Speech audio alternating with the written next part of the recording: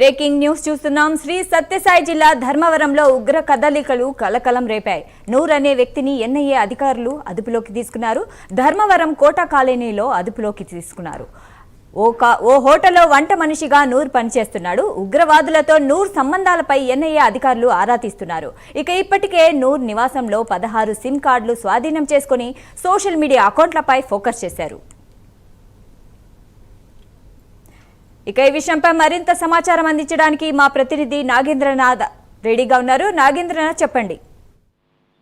శ్రీ సత్యసాయి జిల్లా ధర్మవరం పట్టణంలోని నూర్ మహమ్మద్ అనే వ్యక్తిని ఎన్ఐఏ అధికారులు అదుపులోకి తీసుకోవడం జరిగింది. అలాగే అతను అదుపులోకి తీసుకున్న తర్వాత అతను ఇంటిని సోదా చేశారు. 16 సిమ్ కార్డులతో పాటు ఇంకా ఉగ్రవాదులకు సంబంధించిన వ్యవహారాలు ఏమున్నాయని దానిపైన కూడా పూర్తి ఆరా తీశారు. ఇతను ఎవరెవరికి ఫోన్లు చేస్తున్నాడు ఏంటి, మెసేజ్లు ఎవరికి పెడుతున్నారు, వాట్సాప్ లో ఎవరికి వస్తున్నాయని దానిపైన ఆరా తీశారు.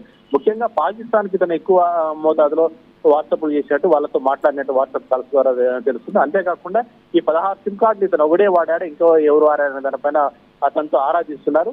అంటే బెంగళూరు, చెన్నై, హైదరాబాద్ కేంద్రంగా కూడా ఇవి జరుపుతున్నారేమన్నట్టు అంటే ముఖ్యంగా అనంతపురం జిల్లా, ఉమ్మడి అనంతపురం జిల్లాలో ధర్మవరంలో ఎందుకు ఇతను పెట్టాల్సి వచ్చింది, ఇక్కడ ఇలా టీ స్టాల్లో పనిచేసి అతను సమాచారం ఎందుకు చేరవేయాల్సి వచ్చింది దానిపైన కూడా రకరకాలుగా ఆలోచిస్తున్నారు. అలాగే ఈ ధర్మవరం పట్టణంలో ఎక్కడైతే వ్యాపారస్తులు ఉన్నారో చాలా చోట్ల వాళ్ళ కదలికల పైన కూడా వాళ్ళు ఏం చేస్తున్నారని టీహో స్టాల్ కావచ్చు, వేరే వ్యాపారాలు కావచ్చు, అంటే ఉగ్రవాదులు వేరే రూపాల్లో వస్తున్నారు అని దానిపైన కూడా ఆరాధిస్తున్నారు. నూర్ మహమ్మద్ సమాచారం మేరకు ఎక్కడెక్కడ ఎవరెవరు ఉన్నారు ఏంటి అని దానిపైన పూర్తిగా ఆరాధిస్తున్నాం. ఈ 16 సిమ్ కార్డుల ఆధారంగా వెళ్ళిన మెసేజ్లు కానీ, అలాగే వాట్సాప్ కాల్స్ కానీ అన్నిటి ఆరా చేయడం, ఎవరికి మీరు సమాచారం అందిస్తున్నారు, మీతో పాటు ధర్మవరంలో ఎవరున్నారు, మిగతా ప్రాంతాల్లో ఎవరున్నారు, ధర్మవరం కేంద్రంగా మీరు ఎంచుకోవాల్సి వచ్చింది దానిపైన పూర్తిగా ఆరాధిస్తాం. అయితే విషయాలన్నీ గోప్యంగానే పోలీసులు ఉంచడం జరిగింది. అయితే ఏ జరుగుతున్నాయని దానిపైన ఇప్పటికే దానిపైన ప్రధానంగా వాళ్ళు ఆరాధిస్తున్నట్టు తెలుస్తుంది.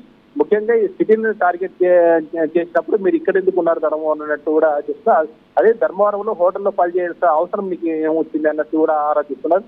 ఇక్కడ ధర్మవరంలో ఉండి అక్కడ వ్యక్తులతో ఎందుకు మీరు నడపాల్సి వస్తుంది, దీనికి ఎవరు బ్యాక్గ్రౌండ్ ఉన్నారు, ఇక్కడ నీతో పాటు ఎంతమంది ఉన్నారు, నీకు ఇక్కడ ఎవరు షెడ్లర్ ఇచ్చారు, నువ్వు ఎక్కడి నుంచి వచ్చావు, వాళ్ళతో నీకు పరిచయాలు ఎలా ఏర్పడాయని దానిపైన పూర్తిగా ఆరాధిస్తున్నారు. మొత్తం నూర్ మహమ్మద్తో అన్ని విషయాలు ఆరాధిస్తున్నట్టు తెలుస్తుంది. అయితే పూర్తిగా విషయాలు బయటకు వచ్చిన తర్వాత విచారణలో ఉన్నావు, విచారణ అయిపోయిన తర్వాత పూర్తిగా విషయాలు వెల్లడిస్తాను స్థానిక డీఎస్పీ చెప్పడం జరిగింది.